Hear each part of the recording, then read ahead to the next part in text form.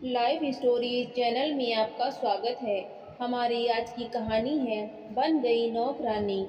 दोपहर को अपने सास ससुर को खाना खिलाकर कोमल रसोई घर में बर्तन रखने ही जा रही थी कि पीछे से ससुर जी की आवाज आई।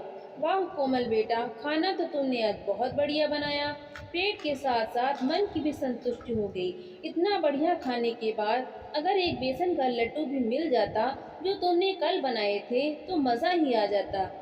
ससुर जी की यह बात सुनकर कोमल गुस्से से गुनगुनाती हुई रसोई घर में चली गई और बेसन के लड्डू का डिब्बा उठाकर ससुर जी के सामने मेज पर जोर से पटका और अपने कमरे में जाकर बैठ गई।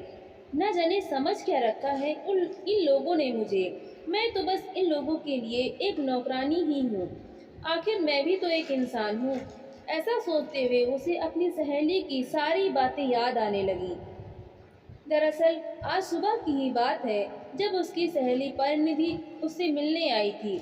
परिनिधि अपने ससुराल से अलग हो चुकी थी, यहाँ तक कि अपने पति से झगड़ा करके वो अब उससे भी अलग रह रही थी और एक बहुत बड़ी मल्टीनेशनल कंपनी में काम कर रही थी। उसके हिसाब से वो एक बहुत परफेक्ट जिंदगी जी रही थी। जिस समय परिनिधि कोमल से मिलने आई थी तो करीब 11 बज रहे थे और कोमल सबके लिए रसोई घर में चाय नाश्ता बना रही थी। वो भाग भाग कर सबको बड़े प्यार से नाश्ता करवा रही थी। अपनी सहेली के साथ कुछ वक्त बिताने के लिए उसने जल्दी से रसोई घर का सारा काम किया और फिर चाय नाश्ता लेकर अपनी सहेली परिनिधि के पास आ बैठी। और बता परिनिधि, तेरी नौकरी कैसी चल रही है? सब ठीक तो है ना? तभी परिनिधि मुंह बनाते हुए बोली, अरे मेरा तो मैं बाद में बताऊंगी, लेकिन तेरे साथ जो कुछ हो रहा है वो अच्छा नहीं हो रहा है। सहेली की आवाज़ सुनते ही कोमल उलझन में पड़ गई। मैं कुछ समझी नहीं परिनिधि, साफ साफ बता तू क्या कहना चाहती है। अरे कोमल, तू बड़ी भोली है, अच्छे घर से आई है, पढ़ी लिखी है, तो अपने ससुराल वालों की नौकरानी बनने की क्या ज़रूरत आ पड़ी। कोमल उसी समय हैरान होते हुए बोली, अरे परिनिधि, यह तू कैसी बातें कर रही है? मैं भला अपने ससुराल में नौकरानी कब से हो गई? यह तो मेरा अपना परिवार है। इतना प्यार करने वाला पति मिला है मुझे और मेरे सास ससुर तो मुझसे इतना प्यार करते हैं जितना कोई अपनी बेटी से भी नहीं करता होगा। इस घर में मुझे लक्ष्मी का दर्जा दिया जाता है, तभी तो मैं भी अपने ससुराल वालों से इतना प्यार करती हूँ। फिर परिनिधि मुंह बनाते हुए बोली, हाँ, बस तुझे गृह लक्ष्मी कहकर ही इन लोगों ने बेवकूफ बना कर रखा है। अपनी उंगलियों पर नचा रहे हैं और तुझे लगता है कि तेरी इस घर में बहुत अहमियत है। अरे तू इन लोगों के लिए केवल एक नौकरानी है।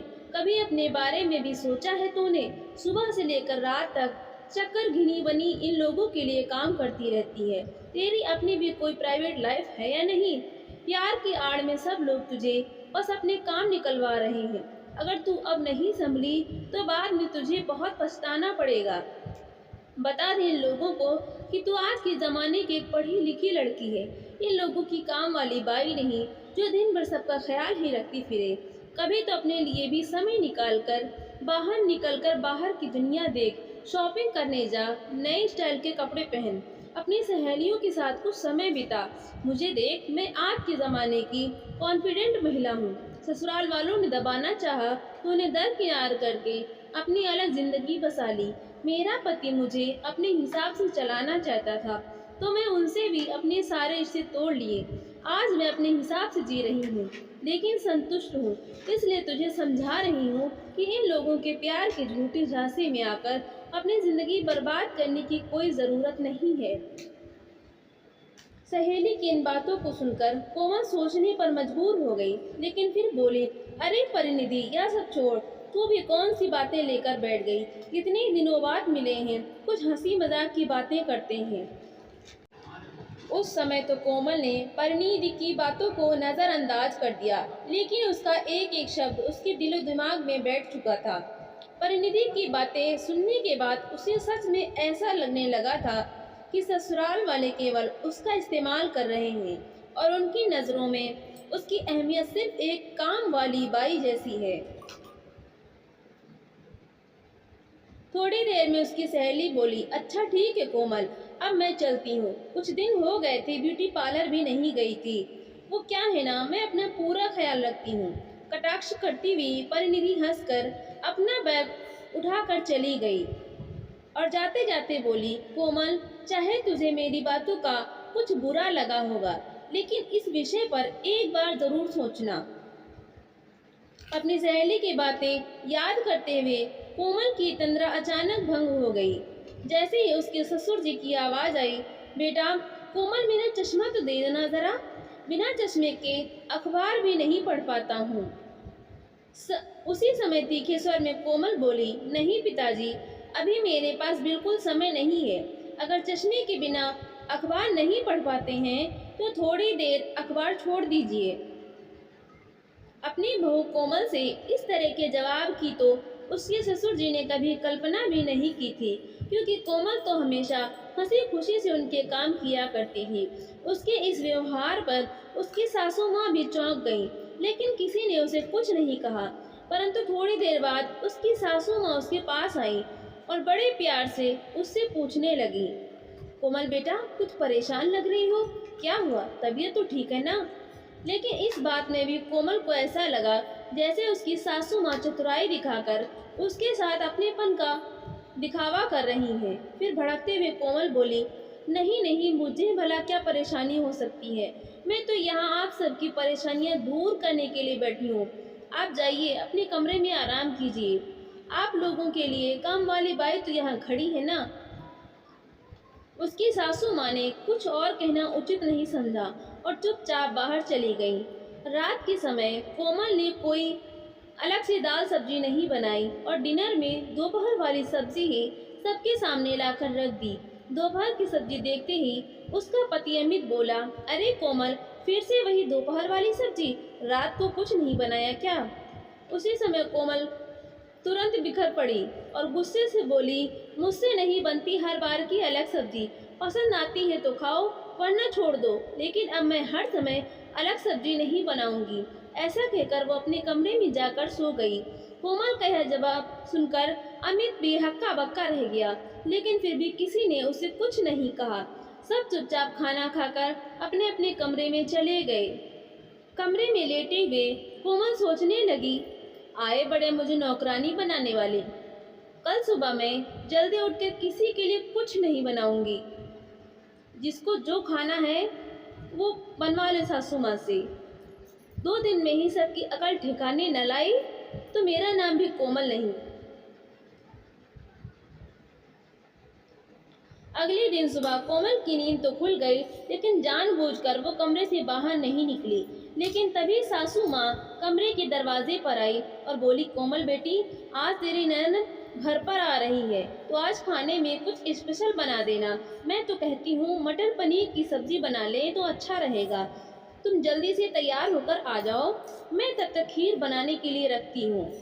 इतना सुनने की देर थी कि कोमल गुस्से से तिलमिला उठी और बोली, बस मैं तो लोगों की मुफ्त की काम वाली बाई बनकर रह गई हूँ, जो दिन भर सबके लिए काम करे, खाना बनाए और मेहमानों की भी आवभगत भी करती रहे। बहुत हो गया, अब मुझसे ज़्यादा उम्मीदें लगाने की कोई ज़रूरत नहीं है।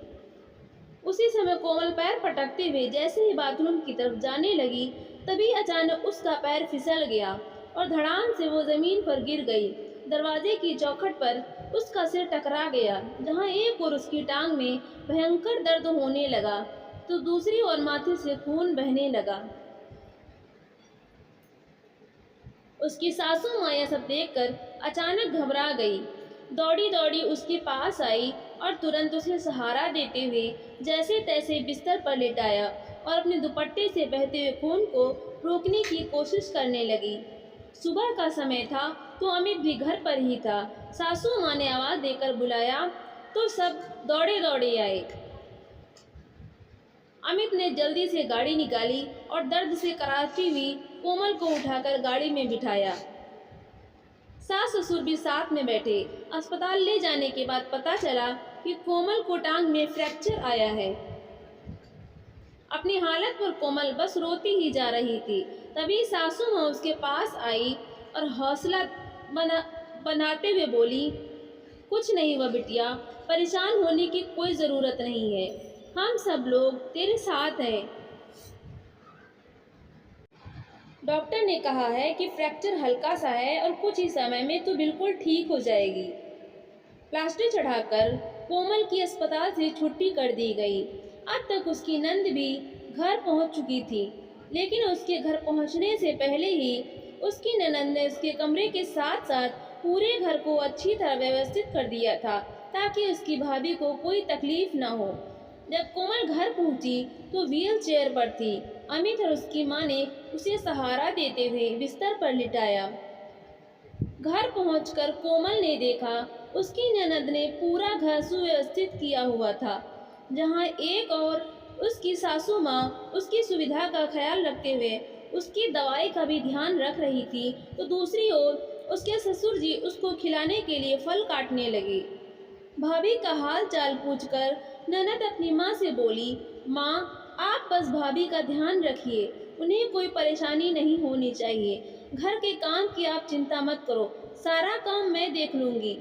अपने परिवार का इतना स्नेह और प्यार देखकर कोमल मन ही मन आत्मग्लानि महसूस कर रही थी। उसे अपनी गलती का एहसास हो रहा था कि वो अपनी सहेली के बहकावे में आकर अपने परिवार वालों के साथ ऐसा दुर्व्यवहार करने चली थी। आज भले उसे शारीरिक परेशानी हो रही थी, लेकिन मन में एक संतुष्टि थी, क्योंकि उसे समझ में आ गया था कि उसकी इस घर में क्या अहमियत है। वो एक नौकरानी नहीं, बल्कि सच में उन लोगों के लिए गृह लक्ष्मी है, जिस पर ससुराल वाले हुक्म नहीं चलाते, बल्कि अपनापन जताते हैं। उस पर इतना विश्वास रखते हैं कि घर की सारी बागडोर उसके हाथ में दे रखी है। आज उसने तय कर लिया था कि आज के बाद वो किसी के बहकावे में आकर अपने स्वर्ग जैसे घर को तोड़ने का सोचेगी भी नहीं। यह सब विचार करते हुए कोमल की नज़र अपने ससुर जी पर गई, जो उसके लिए खाने की थाली लेकर आ रहे थे। उम्र होते हुए भी वो अपने बहू की सुविधा का पूरा ख्याल रख रहे थे। फिर सासू माँ उसके पास बैठती हुई बोली, भगवान का शुक्र है मेरी बहू बिल्कुल ठीक है। तुझे हंसते मुस्कुराते देखा तो अब मेरे मन को शांति मिली है। फिर उसकी ननद आई और बोली, अच्छा माँ, मैं सबके लिए चाय बनाकर ले आती हूँ। इतनी बात सुनते ही उसके ससुर जी बच्चों की तरह चहकते हुए बोले, यह बात तो तूने बिल्कुल सही कही बेटी, चाय पीने का बहुत दिल कर रहा था। उसी समय कोमल हंसते हुए बोली, और बेसन के लड्डू बाहर डिब्बे में ही रखे हैं, वो खाना मत भूलिएगा।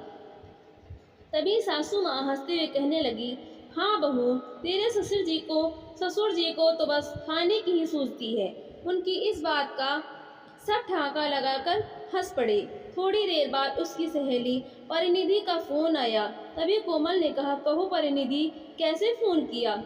उधर से परिनिधि की आवाज़ आई, अरे यार क्या बताऊं, 2 दिन से बुखार में पड़ी हूँ। बदन इतना दर्द हो रहा है कि हाल बेहाल है, और घर में कोई है ही नहीं जो मेरा ख्याल रख सके। तू बता, तेरे घर में सब कैसा चल रहा है? तूने अपने ससुराल वालों की अक्ल ठिकाने लगाई या नहीं? उसी समय कोमल गुस्से से भर उठी, लेकिन फिर भी स्वयं को संभालते हुए बोली, मैं तो यहाँ बिल्कुल ठीक हूँ, बहुत खुश हूँ। वैसे एक बात बताऊँ, चोट तो मुझे भी लगी है, बल्कि मुझे तो टांग की हड्डी में फ्रैक्चर आया है। लेकिन वो क्या है ना, मेरे साथ मेरा पूरा परिवार है। मैं तुम्हारी तरह अकेली तो हूँ नहीं। मेरे ससुराल वाले मेरा पूरा भरपूर ध्यान रख रहे हैं, और अब तो मैंने ठान लिया है कि किसी के बहकावे में मैं बिल्कुल नहीं आऊँगी। चलो अब मैं फ़ोन रखती हूँ। मेरी प्यारी सी ननद मेरे लिए चाय लेकर आ चुकी है, और हाँ, तुम्हें कुछ मदद चाहिए हो तो ज़रूर बता देना। दरअसल परिनिधि, मेरे ससुराल वाले हैं ही इतने अच्छे कि तुम्हारी मदद करने से भी पीछे नहीं हटेंगे। ऐसा कहते हुए कोमल ने फ़ोन रख दिया। आज उसके परिवार के सभी लोग एक साथ बैठकर हंसी मजाक कर रहे थे, और कोमल मन ही मन अपने भाग्य पर गर्व महसूस कर रही थी। तो दोस्तों, आपको ये कहानी कैसी लगी? लाइक करें, शेयर करें और कमेंट करके हमें ज़रूर बताएं, और चैनल को सब्सक्राइब करना बिल्कुल भी ना भूलें। तो मिलते हैं अगली नई कहानी के साथ। बहुत बहुत धन्यवाद।